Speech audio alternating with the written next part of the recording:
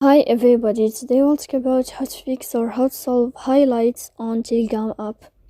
To know how to fix or how to solve highlights on Telegram, you should just go to settings. After that, you can click apps, default apps, app settings. Here in this page, you will enter to the window or to the app of Telegram and you can click.